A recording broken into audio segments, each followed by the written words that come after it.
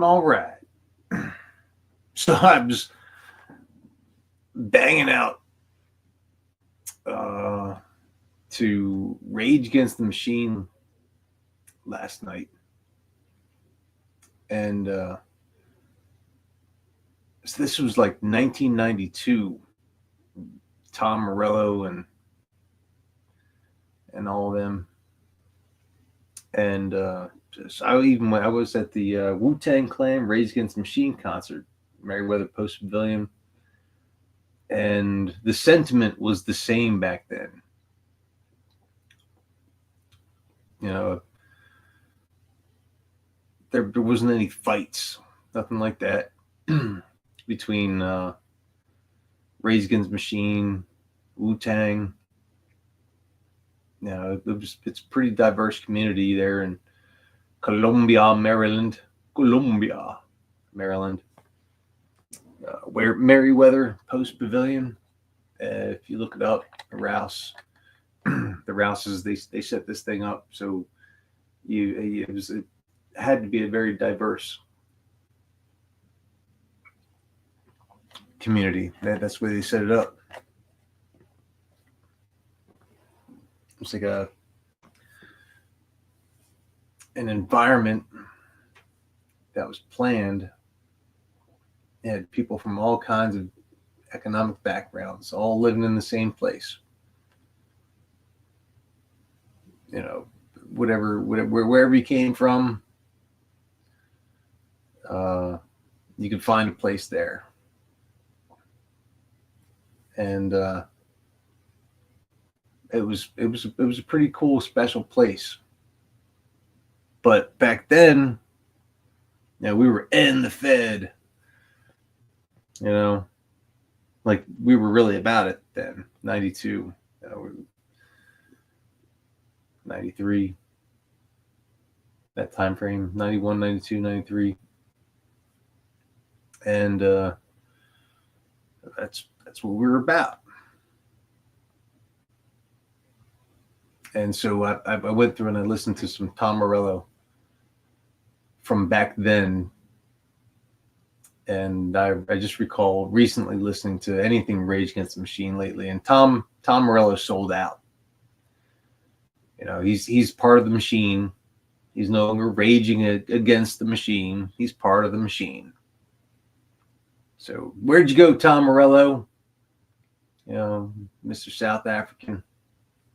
You know, you're giving Elon a bad name. You know, you were a pioneer, and now look at you.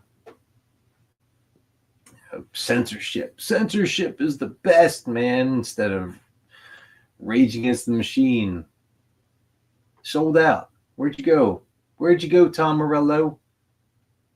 So I remember what I thought he was a pretty badass, and we were all pretty badass back then. You know, we were pretty hardcore. Um,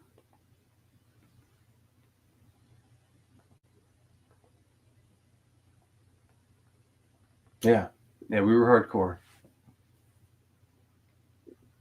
and it was all of us. It was a movement, not unlike a political movement nowadays with take the power back. So I think I mean if Tom Morello from back then were to come up on stage on a what do they call it, the MAGA, Make America Great Again, make Australia great again, make the UK great again, make the world great again, bring world peace great again, stop the war great again. Back then, he'd be the headliner. Now, he probably would have been for, you know, the deep state. I think the deep state got a hold of him somehow. I don't know what happened, and I'm not saying anything bad about Tom Morello, except for he does not hold the same political views of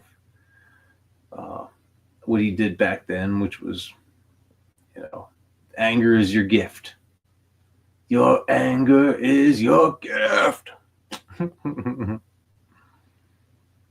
And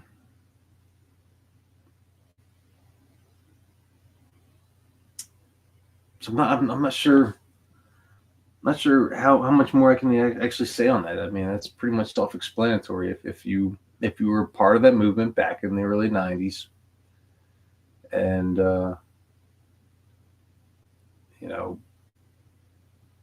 you were revolutionary, and if you're going to listen to Rage Against the Machine nowadays, I'm sorry, but you're not getting what we got back then. If you're like 17, 18, I think I was 16 or 15 or 16 when I first saw Rage. And the bass guitar, that's the only reason I wanted to play blues. Bass guitar, also Primus. Yeah, Primus sold out while I watched them sell out. There was that. Oh, yeah, they sold out too. What was the other one? They all sold out. They would not have been able to keep going had they not sold out. That's my what I had to say about that. But Tom Morello, I thought he was going to be around for a long time, and he is around for a long time, but I didn't realize that being around for a long time back then, I didn't think that, I thought that, we were on the brink. We were on the brink of bringing down the establishment. It was bring down the Fed and down with the deep state. We didn't call it the deep state back then. I think that was a recent term. And we didn't listen to the news. We saw what was going on around us. But I guess as you get older, you start to listen to the news. And if you want to get a house, you don't want to be homeless. You get neighbors, and those neighbors also kind of sold out. I never sold out, really. I mean, I stopped speaking up as loud because, you get canceled. I learned getting canceled, I think, somewhere in the early 2000s. It's like, well, if you keep talking like that, you're going to get canceled. And they didn't say canceled back then, but you wouldn't have friends. Or the people around you wouldn't be your friends. And then you had to go underground. And I wanted to actually keep a house. And I didn't want to be homeless. I wanted to keep a job. And sorry for you young people who are going to see Tom Morello now, but I'm sure that your parents have a great house. And if your parents were as old as I am, and you go and ask them, who's Tom Morello and what did he do in the early 90s? Did you ever go to a Tom Morello concert? Did you ever go to a Wu-Tang concert? It's going to be that kind of party. Right? And everybody sold out. They all sold out. And, I would be like, God bless them if they sold out and they just wanted to keep their job in a local neighborhood. If they were still making music and working at the local grocery store, I wouldn't see that as selling out. But now they got mansions and they're flying around the world, private jets and all this and that. I don't have my private jet. I never sold out. So I don't feel like my integrity has ever been called into question. So because I have not had my integrity called into question, what am I going to do? I'm going to call your integrity into question. Because you got a private jet and a mansion, beaches that you go to, and honey bunnies all kinds around the world. And now it's not a good life. What do they say about the lottery? People who win the lottery. There's a curse that comes with success. You don't become successful unless you sell out. And so I believe I'm successful with uh, the people I'm around. I talked to an old lady the other day. She was, oh man, she just needed help. And I've talked to her in person many times, spent a lot of time with her. And because of whatever may have transpired, she didn't actually want to work with a larger company. She wanted a boutique.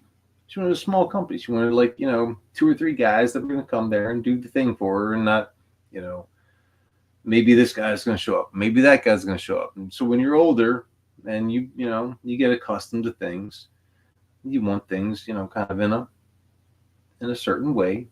And so I spent some time with her, and I'm not making any money off of this whatsoever.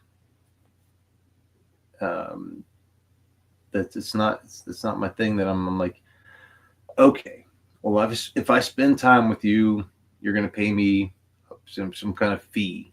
That's not who I am. But it was, the pay it forward thing. I think there was a whole big movie about pay it forward, right? Isn't there pay it forward? Yeah, I'm sure it was the whole movie Pay It Forward. Unless they cropped that out of existence. I don't know. Maybe they did. Maybe it's a Mandela effect. Maybe there's no movie Pay It Forward with that kid who's, I think he's like, I See Dead People, or I don't know. I'm not even gonna look it up. But yeah, it wasn't like it was karma. Oh, and of course I believe in karma, and I'm gonna get paid in karma. Eventually, maybe, perhaps, possibly. But it wasn't about I need to go get a paycheck.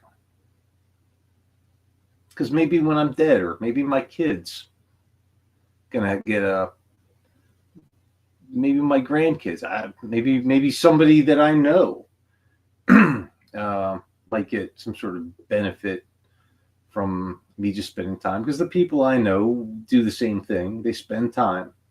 They spend their time. It's not like we when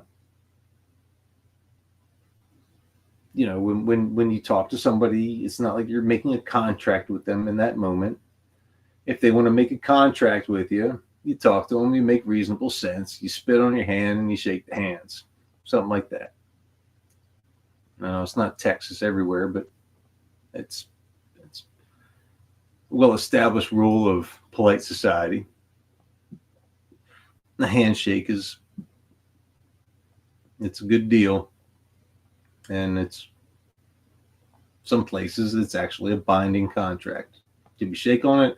We shook on the terms, that sort of thing.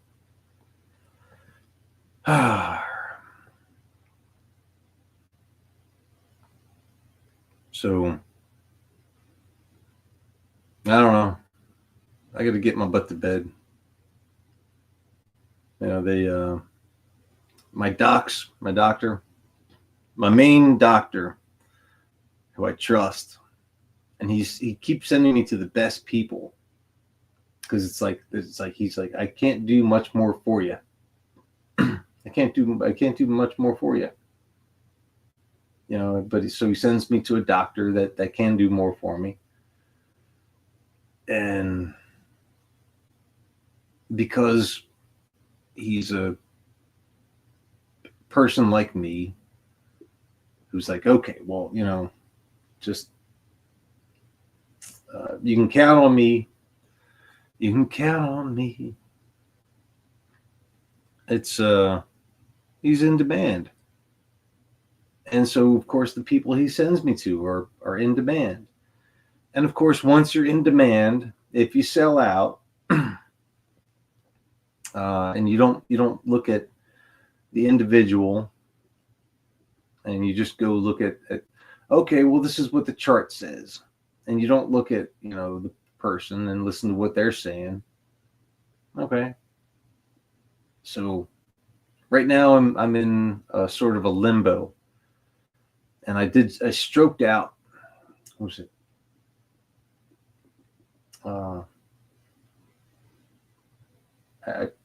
I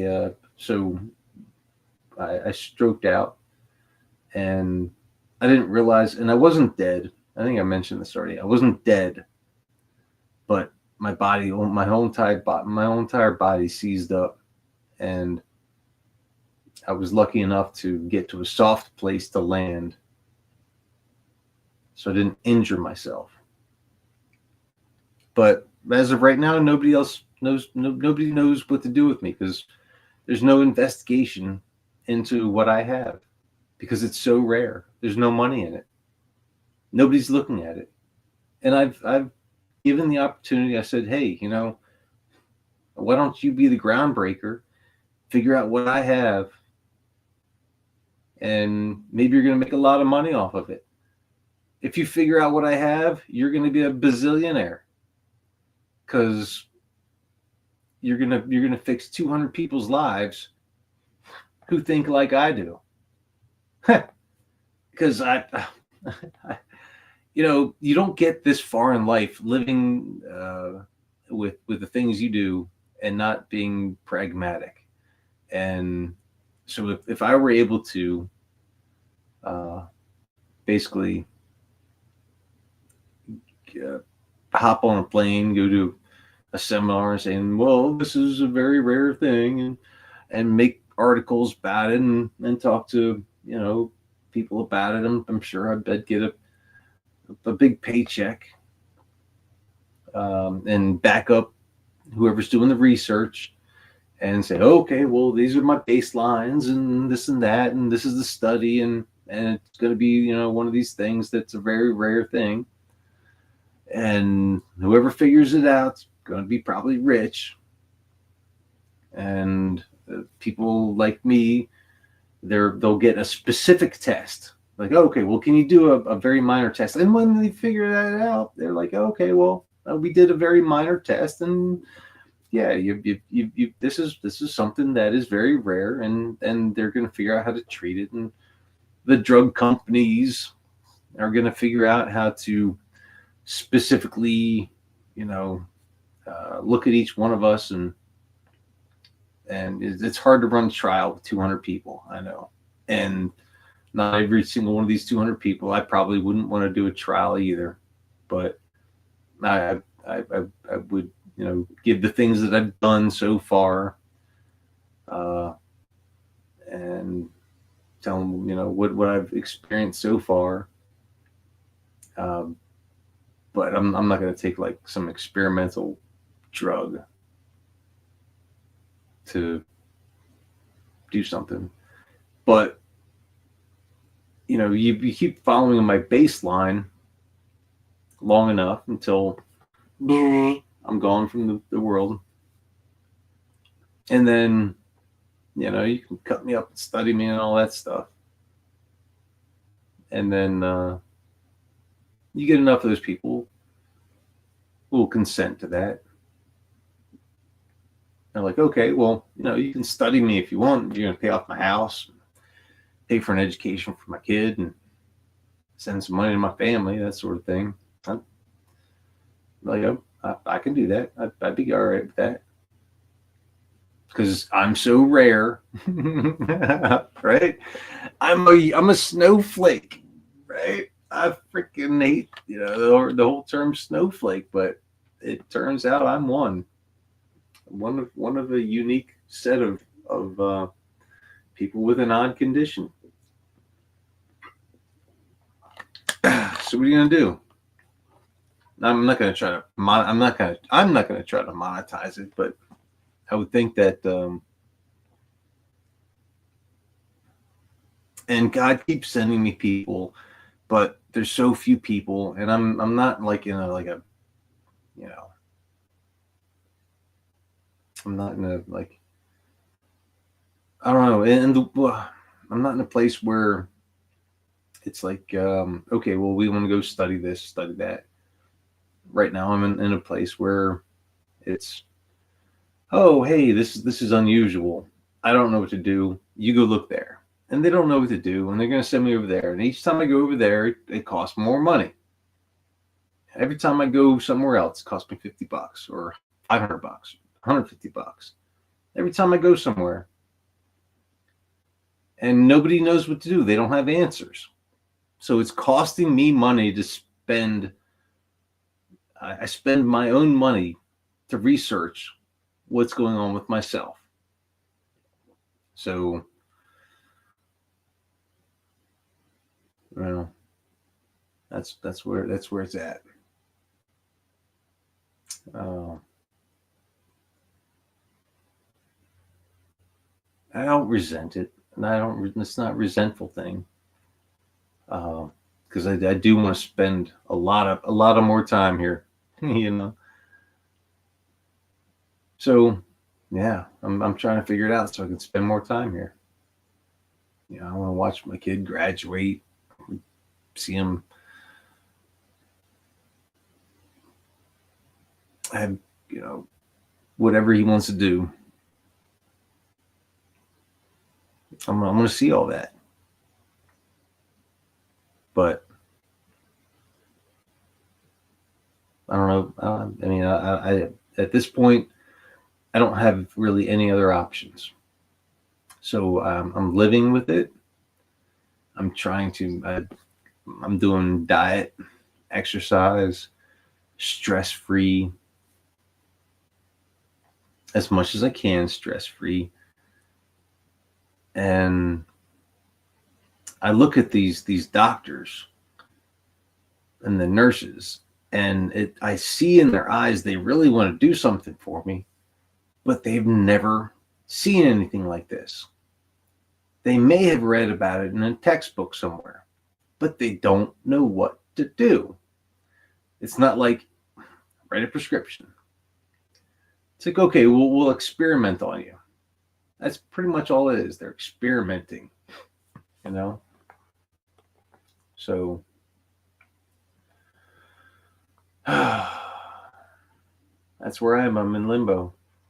I'm not mad. And I think I went into this. I was like, some cat Rachel or something like that. It was, I don't know. I was on a channel and I chatted. I said, "Oh, thanks, Cat Rachel." I was like, I guess I got dubbed Cat Rachel instead of Cat Randall, and I was like, you know, you want to explain where'd you get your name, Cat Randall? Well, I'm a big cat. I'm actually a dog, but I identify as a cat. that started somewhere as a side joke when all this stuff started to happen. Well, I identify. That's how I identify. So I identify as a cat. And that was a long, I mean, this is like 15 years ago. I started to identify as a cat, even though I'm a dog. And Randall came from Dazed and Confused, the movie with Matthew McConaughey and Randy Floyd. Breakdown. Yeah, his mom was a 4540. And hey, we're gonna go get Aerosmith tickets in the morning. Yeah, I'd love to come. Love them redheads. Right? It's a story of the hurricane. That movie. Dazed Confused. And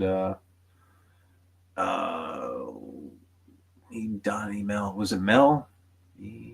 That was the one guy is now on Yellowstone. He's Rip in Yellowstone. He was in Dazed Confused. And the quarterback, Randall Pink Floyd. So I'm Cat Randall Pink Floyd. That's my, I identify as Randall, Cat Randall Pink Floyd. So that's where that came from. Anywho, I'm in limbo. I've got no solution going forward. I think I've used up 7 of my 9 lives the other night when I don't think I died, because I know what happens when you die.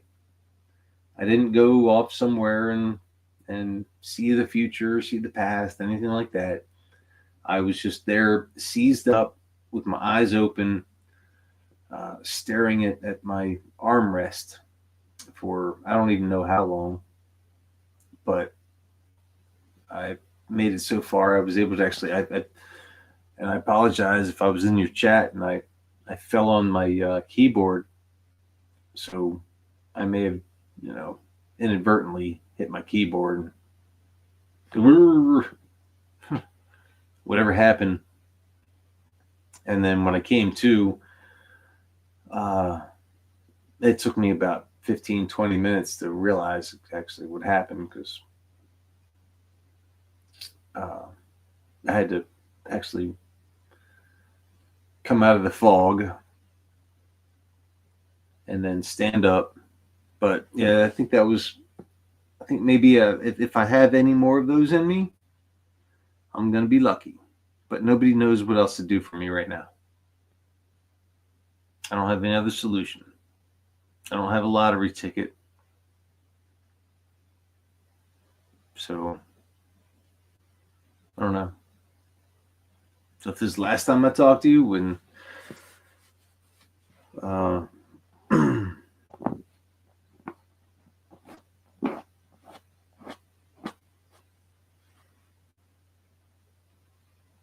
I don't think you'd find this channel if you didn't know that I love you. So, I'll say it again. I love you. Sweet dreams. Good night. And I'll see you when I see you. So.